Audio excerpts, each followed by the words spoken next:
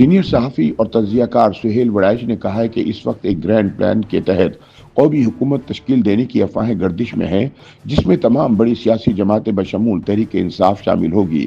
بنیادی وجہ یہ ہے کہ اصل فیصلہ ساز اسٹیبلشمنٹ موجودہ حکومت سے مطمئن نہیں ہے۔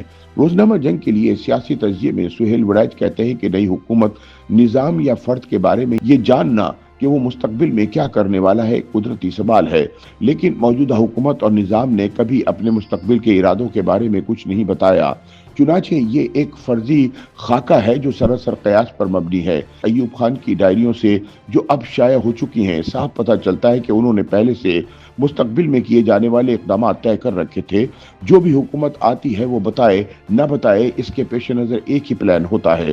ذوالفقار علی بھٹو، نواز شریف، بینظیر بھٹو، جنرل ضیاء الحق اور جنرل مشرف، سب کے ملک کو بہتر کرنے کے لیے اپنے اپنے پلان تھے۔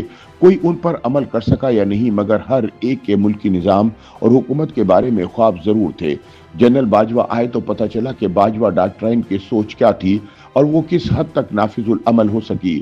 موجودہ نظام اور حکومت کے گرینڈ پلان کا کسی کو علم نہیں، کیونکہ نہ کبھی اس بارے میں کوئی اعلان ہوا اور نہ ہی نظام اس بات پر یقین رکھتا ہے کہ اعلان کرنا ضروری ہے۔ سہیل وڑائچ کے مطابق موجودہ حکومت اور نظام کے گرینڈ پلان کا طرح امتیاز یہ ہے کہ اسے خاموشی ہے، زماں بیری پر یقین ہے۔ یہ اقوال پر کم اور اعمال پر زیادہ یقین رکھتے ہیں۔ اسی لیے موجودہ نظام کے گرینڈ پلان پر افواہوں کا بازار گرم ہے۔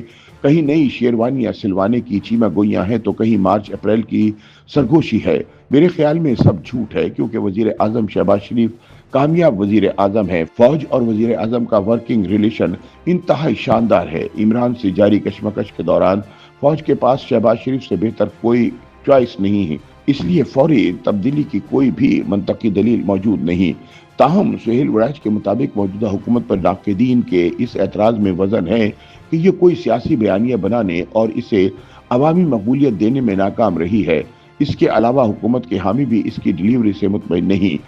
اس عدم اعتماد کی وجہ سے ہی گرینڈ پلان کی کہانی جنم لیتی ہے، جس کا کوئی مادی ثبوت نہیں، مگر اندازہ کہتا ہے کہ گرینڈ پلان میں ایک ونڈر بوائے کی ضرورت کو محسوس کیا جاتا ہے۔ شہباز شریف سونا ہے، مگر اب ہیرے کی ضرورت آن پڑی ہے، کیونکہ برسوں کے تساہل کو ہیرے جیسا ونڈر بوائے ہی ختم کر سکتا ہے۔ سینئر صحافی کا کہنا ہے کہ خواہش چاہے پوری ہو یا نہ ہو، لیکن ان پر کوئی پابندی نہیں، اس لیے یہ خواہش تو کہیں نہ کہیں موجود ہے کہ وفاقی کابینہ کے ارکان بنگلہ دیش کی عبوری کابینہ کی طرح پی ایچ ڈی کی ڈگریاں رکھتے ہوں اور اپنے اپنے شعبوں پر اتھارٹی ہو۔ میری عقل اور منطق ان قیاس آرائیوں سے مطمئن نہیں۔ وجہ یہ ہے کہ اس گرینڈ پلان کے مفروضے میں سب سے بڑی رکاوٹ تو یہ ہے کہ نظام کی کشتی اگر سیاسی بوجھ اتار کر سبک رفتاری سے چلنا چاہتی ہے تو اصل سوال یہ ہے کہ سیاسی سامان کس اسٹیشن پر اتارے، اور ایک اور سوال یہ بھی ہے کہ کیا یہ سامان کشتی سے اتارتے ہوئے کسی مخالف کشتی میں تو نہیں ڈال دیا جائے گا۔ طیافہ شناس دلیلوں کے جواب میں کہتے ہیں کہ سیاسی سامان ہاتھ پاؤں کٹا ہے، اس میں کوئی طاقت ہے نہ رسوخ، اس کی بہتری ایک ہی قبلے اور ایک ہی امام کے پیچھے ہے، وہ چپ چاپ سر جھکائے ساتھ ہی رہے گا۔ قیاس آرا کا خیال ہے کہ گرینڈ پلان کو تقویت قومی حکومت کی آئیڈیا سے ملے گی، ایسی قومی حکومت جس میں سب سیاسی جماعتیں ہوں گی۔ اس میں موجودہ سیاسی اتحادی تو ہوں گے، لیکن عمران خان کی جماعت کا ایک مؤثر جتھا بھی اس حکومت کا حصہ ہوگا۔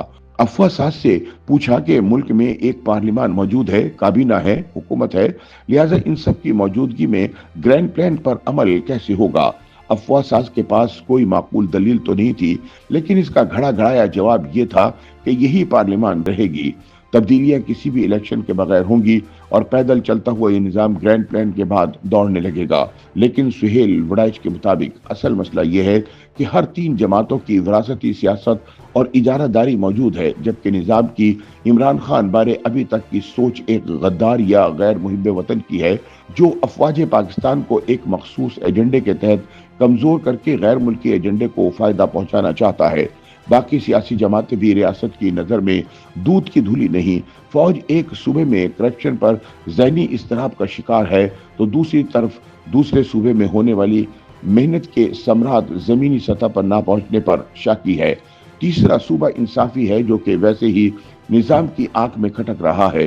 اب ریاست اور موجودہ سیاست کا تعلق اگر اتنا ہی غیر ہموار ہے